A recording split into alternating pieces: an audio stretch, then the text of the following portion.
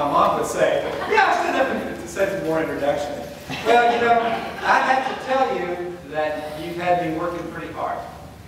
I have to admit I did not have a lecture entitled The Episcopal Church during the Civil War. File folders. And as I was kind of looking out over it, you know, I try not to look more than a week or two ahead because I kind of freak out, especially right now in the Civil War season. It's, the big thing I had to do about time to keynote speaker of Manassas that big. So July 21st, I figured speaking with thousands of people in the broiling July sun should be a lot of fun, and that I need to be able to keep them wrapped at that time and figure out something to say in the meantime. But when I saw it, I said, oh, it's St. John's. I love it. I've spoken here before. It's one of my favorite. I bring a teaching class of high school teachers from all over the country a couple of weeks, and I'll work there by St. John's. I remember one time driving by when I first moved to Richmond, all of a sudden I thought I saw a ghost in kind of a cemetery, people dressed up in the 18th century, and it's just like that before my eye. And they were, but they were real. Then I came to figure out why they were there and the great things they did. But I still didn't have a lecture on the Episcopal Church in the Civil War, and so I've been doing research on it. And Carolyn Martin, my superb assistant who's worked with me on the future of Richmond's past and so many things to do research for me. She's been all over the internet and written friends who are specialists in Southern religious history. So I tried lots of different strategies, and I want to share those strategies with you to give you a sense, because I do, as it turns out, have a talk now about the Episcopal Church in the Civil War. Now, as it turns out, and I hope that's what you wanted to hear about. Since that's what I now have to talk about. And I found my first source is really the most boring-looking books you could ever have from 1962, Journals of the Protestant Episcopal Church in the Confederate States of America. And so it's actually a history of it. But it turns out, I like to begin with this quote. We've changed the constituent parts, but not the system of government, said Jefferson Davis on February 1861, standing on the portico of Alabama's capital, Montgomery, as he became provisional president of the Confederate States of America. The Constitution framed by our fathers, he continued, is that of these Confederate States. In their exposition of it, and in the judicial construction of it, we have a light which reveals its true meaning. So the Confederates barely changed the Constitution of the United States. And they were proud of that. They made a few adjustments along the way, gave the president a 6-year term instead of a 4, made sure slavery was explicitly recognized, emphasized the rights of the states a little bit, but didn't change very much.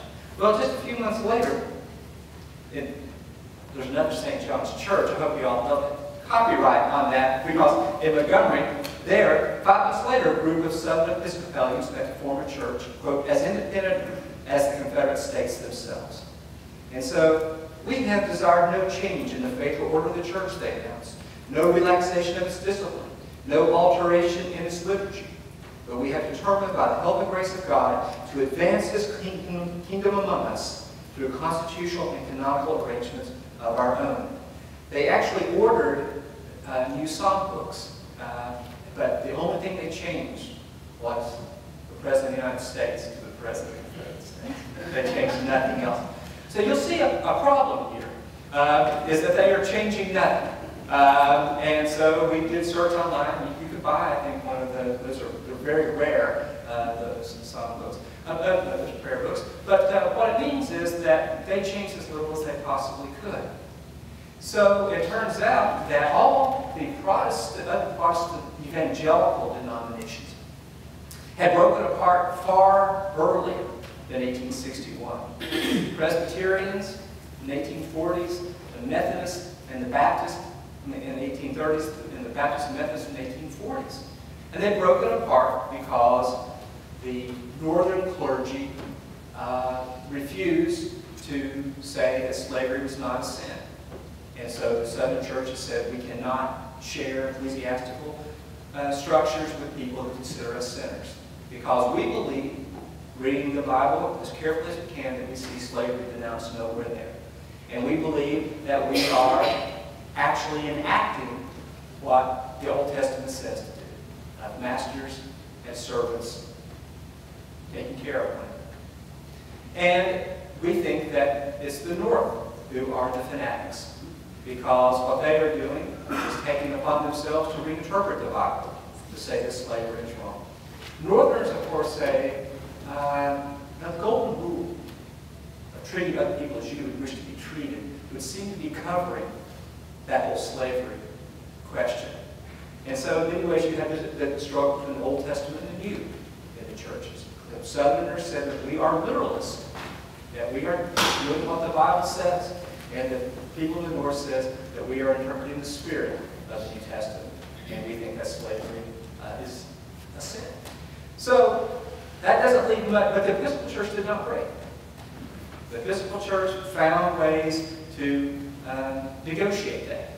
And the Episcopal Church does not, nothing changes until after the Confederacy is created.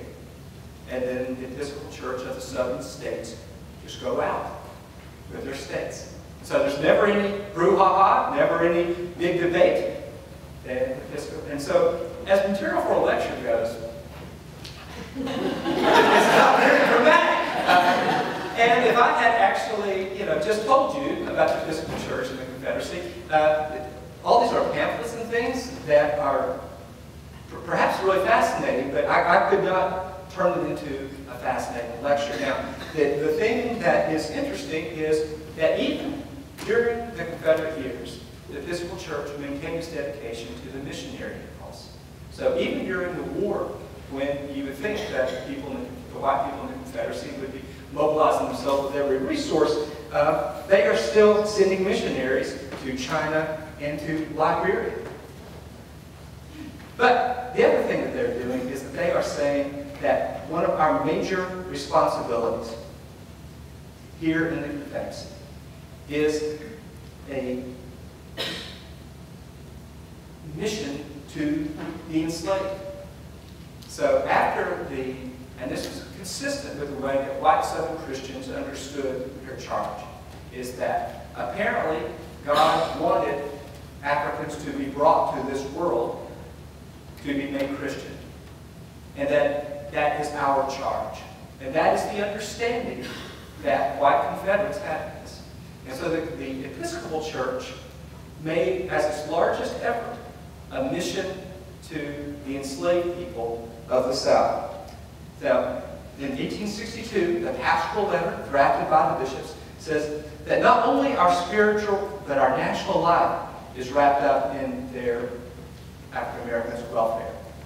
Bluntly, the bishops bespoke duties laid upon Southerners by the slave system, and explicitly they demanded that church members regard their slaves, quote, as not merely so much property, but a sacred trust committed to us as a people to be prepared for the work which God may have for them to do in the future. So, you can look at that multiple ways.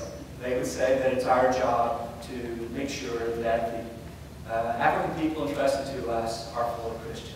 On the other hand, they believe that they are a part of, as some of the creators of the Confederacy said, that we are getting ready to create the most Christian nation on the face of the earth by creating a nation based on slavery.